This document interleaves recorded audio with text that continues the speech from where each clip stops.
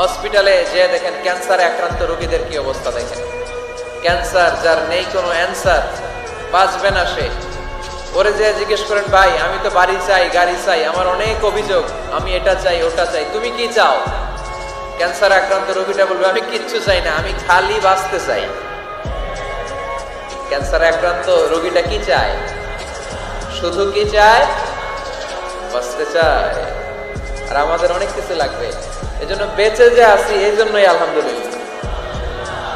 শ্বাস প্রশ্বাস যে নিতে পারতেছি, বেঁচে আছি, অনেক দিয়েছে প্রভু, আর কিছু লাগবে না, আলহামদুলিল্লাহ পড়েন। চাওয়ার কোনো শেষ নাই, আছে? লাউ আন্না লিকুল্লি ইবনি আদম ওয়াদিয়ান মিন যাহাব আহাব্বা আন ইয়াকুনা লাহু ওয়াদিয়ান ওয়া লা ইয়ামলা ফাহু ইল্লা তুরাব। প্রত্যেক বনি আদমকে আল্লাহ তাআলা একটা করে স্বর্ণের পাহাড়ের মালিকও যদি বানিয়ে দেয়। কিসের পাহাড়? সবাই বলেন। দেখছেন শরীয়তপুরে?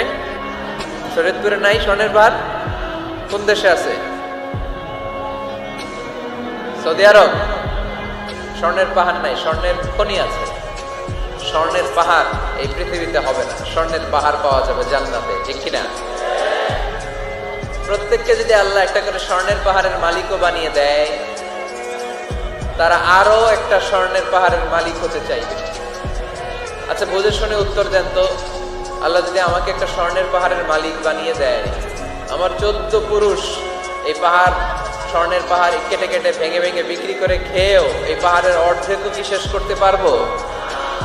তাহলে আরেকটা লাগবে কেন? স্বভাব, ঠিক কিনা? স্বভাব কে?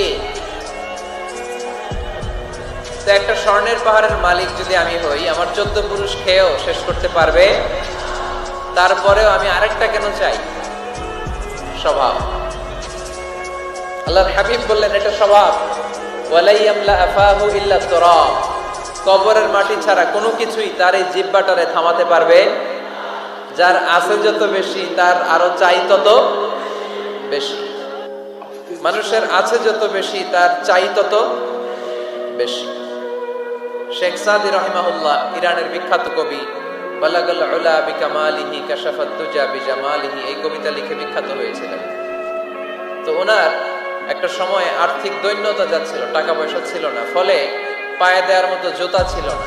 কি ছিল না? জুতা ছিল না। তো খুব আফসোস করে একদিন মনে মনে আল্লাহরে বলে, আল্লাহ আমি এত বড় কবি, আমার পায়ে দেওয়ার মতো জুতা নাই। আফসোস করে ঘর থেকে বের হয়েছে, বের হয়ে দেখে এক ভিক্ষুক ভিক্ষা করে। ওই ভিক্ষুকের 2টা পাই নাই, ভিক্ষুকের 2টা, আর কবি সাহেবের কি নাই? জুতা নাই। কবি সাহেব যখন এই দৃশ্য দেখছে, হায় রে, আমার তো পা আছে, এর তো পাই নাই, সেজদায় পড়ে গেল। আর আল্লাহরে বলে, আল্লাহ শুকর, আলহামদুলিল্লাহ, বেশ ভালো আছি, আর কিছু লাগবে না। এজন্য শান্তি হচ্ছে শুকর আলহামদুলিল্লাহর ভিতরে। শান্তি কিসের ভিতরে? শুকর আলহামদুলিল্লাহর ভিতরে। এজন্য আওয়াজ করে পড়েন আলহামদুলিল্লাহ।